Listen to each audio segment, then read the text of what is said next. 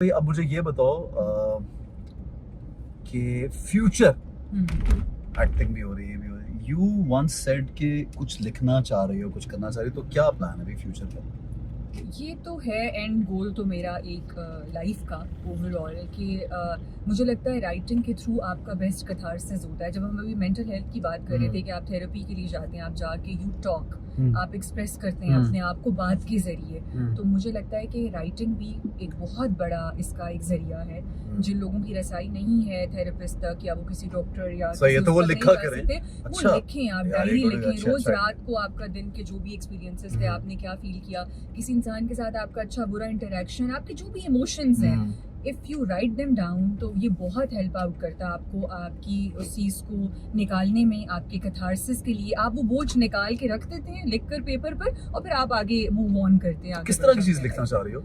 कोई drama, social issue पे? I think drama करने के बाद लगता है कि ये बहुत बड़ा मीडियम है। ड्रामे से आप घर घर तक आपकी बात रसाई होती है। पर मैं वो उसमें भी नहीं हूँ कि आप ड्रामों के थ्रू हर वक्त लोगों को भाषण तो नहीं होता एंटरटेनमेंट में, कभी कहीं पे कोई एक लॉजिकल सी आप अच्छी बात कर सकते हैं। आप अच्छे से तरीके से पोलाइट वे में आप आराम से एक अपना मैसेज अक्रॉस कर देते हैं, वो बहुत जरूरी है, किया जा सकता है, जो हो भी रहा है और मजीद भी होना चाहिए। तो आई थिंक ये बहुत जरूरी है। और हमारे यहाँ इतने इश्यूज हैं सन, खत्म होने का नाम नहीं लेते। अगर हम किसी तो छोटी मोटी चीज़ों को पकड़ कर उनको इस तरह से अपने ड्रामों में या और मसलन क्या, कोई मुझे मिसाल दो। अभी हम मेंटल हेल्थ की बात कर रहे थे, चाइल्ड अब्यूज की बात होती है और एजुकेशन की बात होती है, जो हमारे यहाँ डोमेस्टिक हेल्प होती है उसकी बात है, डोमेस्टिक अब्यूज की बात है, शादी के बाद रिलेशनशिप की बात है, पेरेंटिंग की बात है कि आप जो बच्चे पैदा कर रहे हैं, आप कहते हैं कि ये उसने ये किया, उसने वो किया। आप देखें कि वो मैं अक्सर जगहों पे ये बात करती हूँ कि देखें वो बंदा जो जिसने ये किया है वो कहाँ से ये सीखता हुआ और ये करता हुआ चला वजह है, उसके पीछे कोई वजह है, उसके पीछे कोई वजह है। वो पेरेंट्स का रोल, आपकी फैमिली का किरदार उसमें बहुत अहम है। हमें पता ही नहीं होता कि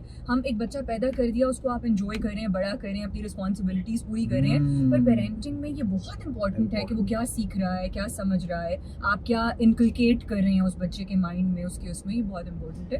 तो यार मुझे तो लगता है कि सिद्रा एक शो शुरू करो और उस शो में अपनी लिखी हुई बात और अपनी चीज को डिस्कशन बनाओ, and this will be a very good thing for you. एक तो you will went out also through that show, plus एक लोगों तक पैगाम बड़ा अच्छा पहुंचेगा और सबको इन्वॉल्व भी करो। एनजीओ से अच्छा इरादा है अगर ऐसा हो तो मैं थोड़ी सी वो हूँ बहुत ज्यादा इनिशिएट करने में चीजें, नहीं तो कर लोगी, मुझे बताओ, हम मिलके करते हैं, बड़ा मजा आएगा मिलके करना चाहिए। और ऐसा आपका तो इतना ज्यादा, और आप बहुत सी चीजें कर भी रहे हैं, मैंने बहुत ज्यादा आपको फॉलो करते हुए देखा है कि आप बड़ा एक्टिवली अवेलेबल होते हैं। कहीं कोई कॉज है, कोई चीज़ है, आपने ऐसे ड्रामास किए हैं। मैंने आपका पहला ड्रामा जो जिंदगी में देखा था, लेकिन मैंने खुद काम करने के बाद ज्यादा ड्रामे देखने शुरू किए हैं, वो उडारी था। और आई थिंक अगर ऐसा किसी आर्टिस्ट की जिंदगी में ऐसी कोई चीज़ और वो चैलेंजिंग था, वो किसी भी तरफ जा सकता था आपके करियर में, एक उसमें वो तो खैर आपको बहुत अल्लाह ने उसमें इज्जत दी और सारा, बट ये कि बहुत जरूरी है रिस्पांसिबिलिटी। अभी ये बोल रहे हो तो मुझे एक चीज ख्याल आ रही जो मैं कहना चाहता हूँ कि अगर आप अपनी नीयत और अपनी सोच अच्छी रखते हैं ना, और आपका दिल होता है कि यार कुछ अच्छा, टेम्परेरी तौर पे आपको शायद लगे कि वो चीज हो नहीं रही जो आप चाहते हैं, लेकिन लॉन्ग रन में वही होता है जो जैसा आप सोचते हैं। मेरे पास खुद ये इस तरह के सोशल इश्यूज की चीजें आती हैं, मैं एफर्ट तो करता हूँ, लेकिन मुझे लगता है सारे एफर्ट करते हैं, लेकिन चूंकि मैं डेडिकेशन के साथ उस चीज पे बहुत टाइम देता हूँ और सोचता हूँ कि मुझे किसी के लिए कुछ करना है, तो वो मेरे सामने आ जाती है।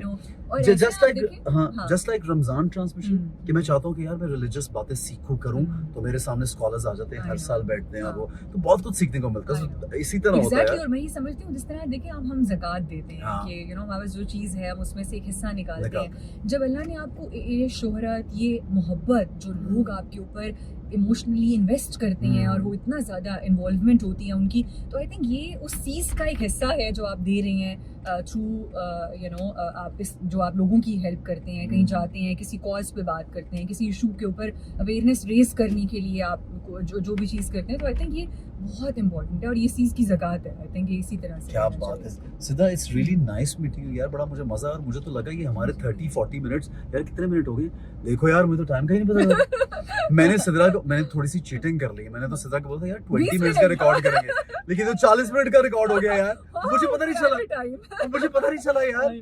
देखो यार, और अभी मुझे लग रहा है मैंने कोई बात ही नहीं की।